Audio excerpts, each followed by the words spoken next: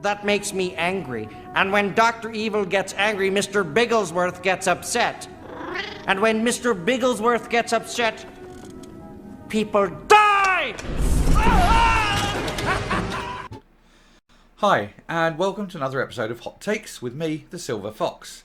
And in today's video, we're going to have a look at the final acquisition of MGM by Amazon. Now this could well have been delayed a long time. The Federal Trade Commission sort of oversees whether it's in the public interest for purchase of one company by another to go ahead. We're due to make the ruling. At the moment there's only 4 members on the board, and so they were split 50-50. And the way it's set up is you actually need a majority to stop and investigate whether the purchase goes ahead, rather than having a majority to allow it. Now the 5th seat at the table is currently vacant, although someone has been nominated, but they haven't been put in place formally yet. So Amazon pushed and pushed to get the decision through, and have been successful. So it was either get it done very quickly or possibly have to wait a year, 15 months, 18 months, 2 years, who knows. But they were winning. They won. They now own MGM, which means they own Stargate and Bond and, well, many things. What this means is that every franchise I think that you've come to love over the years is about to be corrupted, and it'll turn to dust. But let's have a look at this this piece here. It's in Giant Freaking Robot. I'll go down into my normal little corner, and we'll just have a look at this. So here we go.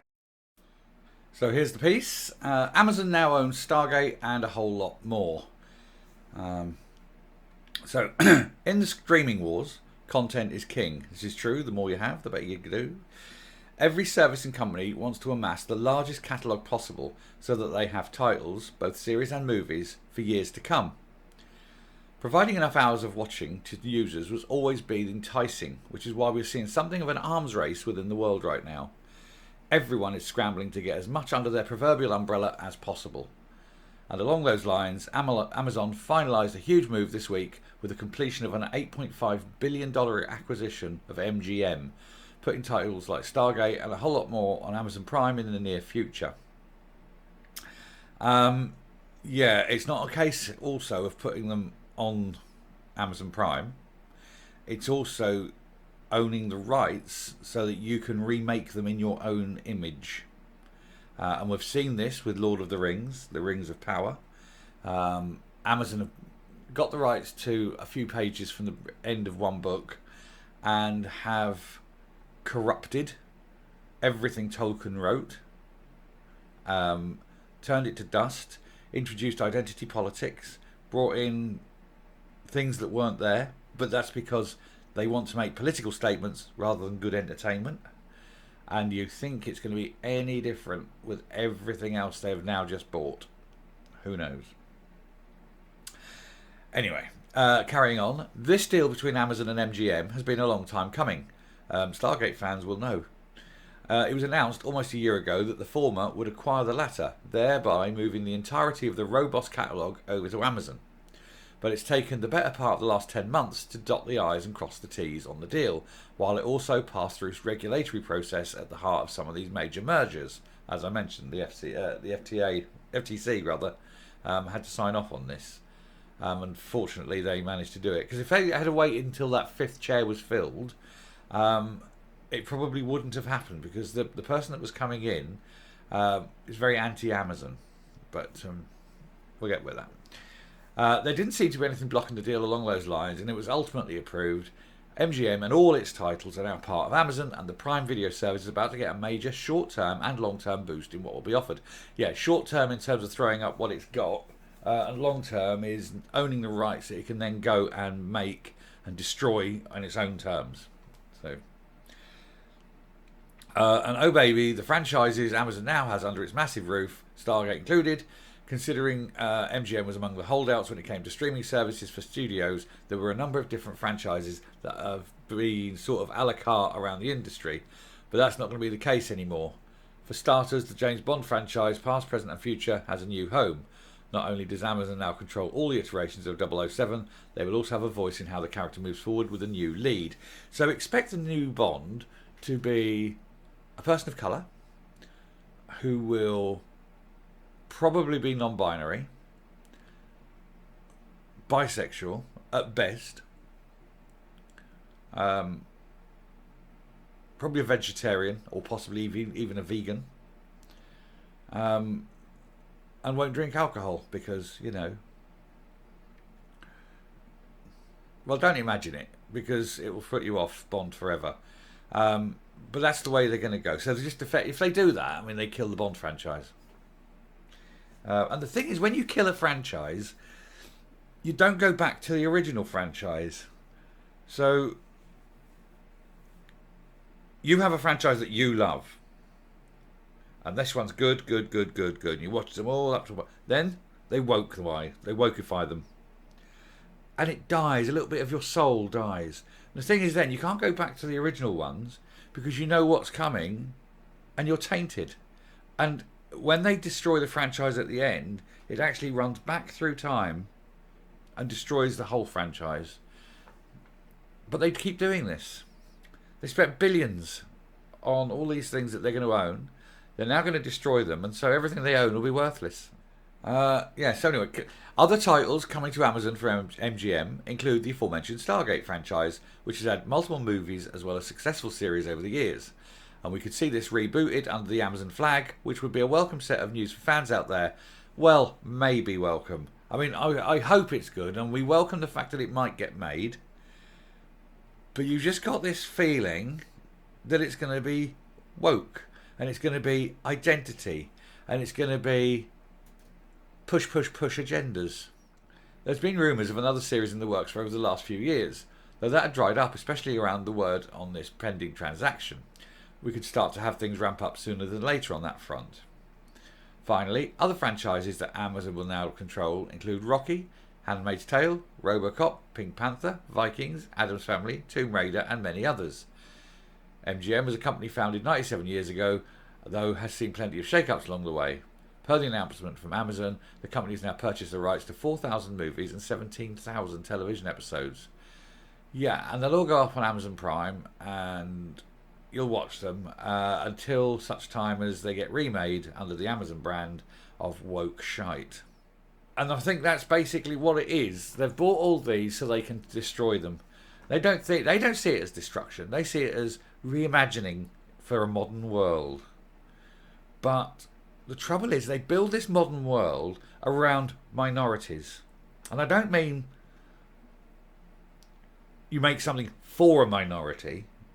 What I mean is, you destroy bigger things just to suck up to a minority. The trouble is, the things you destroyed were popular by many, many people. Whereas the things you're making are only going to be popular to a minority. And the minority won't stick with it. They'll watch a few and go, oh yes, it's very fine, it's very worthy, but actually we don't like it, we prefer the original, and then it dies.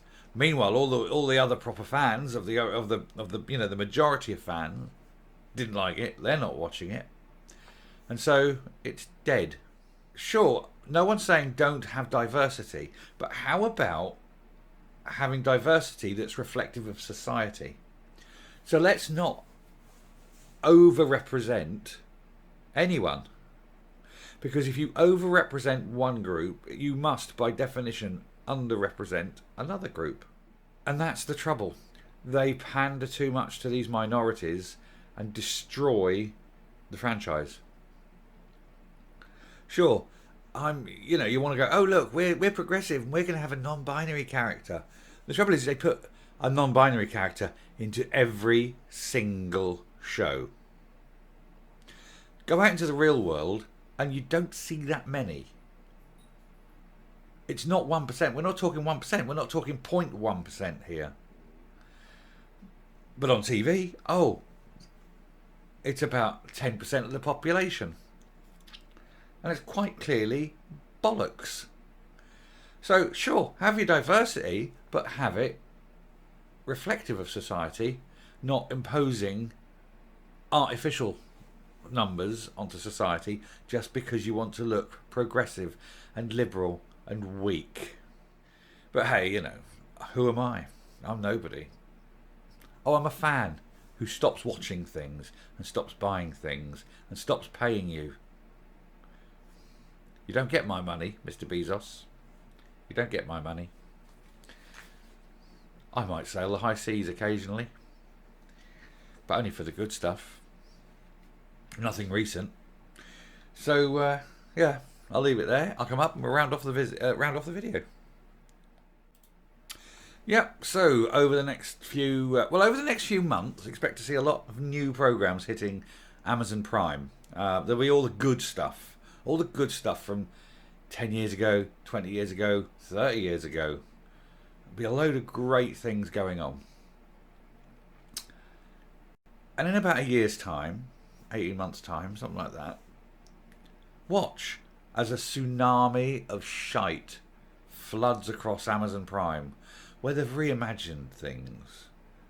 Oh look, here's gay James Bond. Oh look, here's woke Stargate. Oh look, here's The Wizard of Oz, but Dorothy's a boy now. We get that Elliot thing to play Dorothy. But this is where they're going. They are deliberately destroying their brands. There's no two ways about it. They know what they're doing. They're not stupid. So they must be on a mission to destroy franchises and throw money away. It's the only explanation. It's either that or they're incredibly stupid. And Bezos doesn't strike me as being incredibly stupid. So his destruction is deliberate. But hey ho, it's his money. I don't have to watch it. You don't have to watch it. None of us have to watch it. And all we've got to do is stop watching it. My heart is. If you like what you see and hear on this channel, please hit the subscription button if you haven't already. Leave a like, leave a comment, and ring the bell for notifications. And until next time, stay safe, stay well, and goodbye.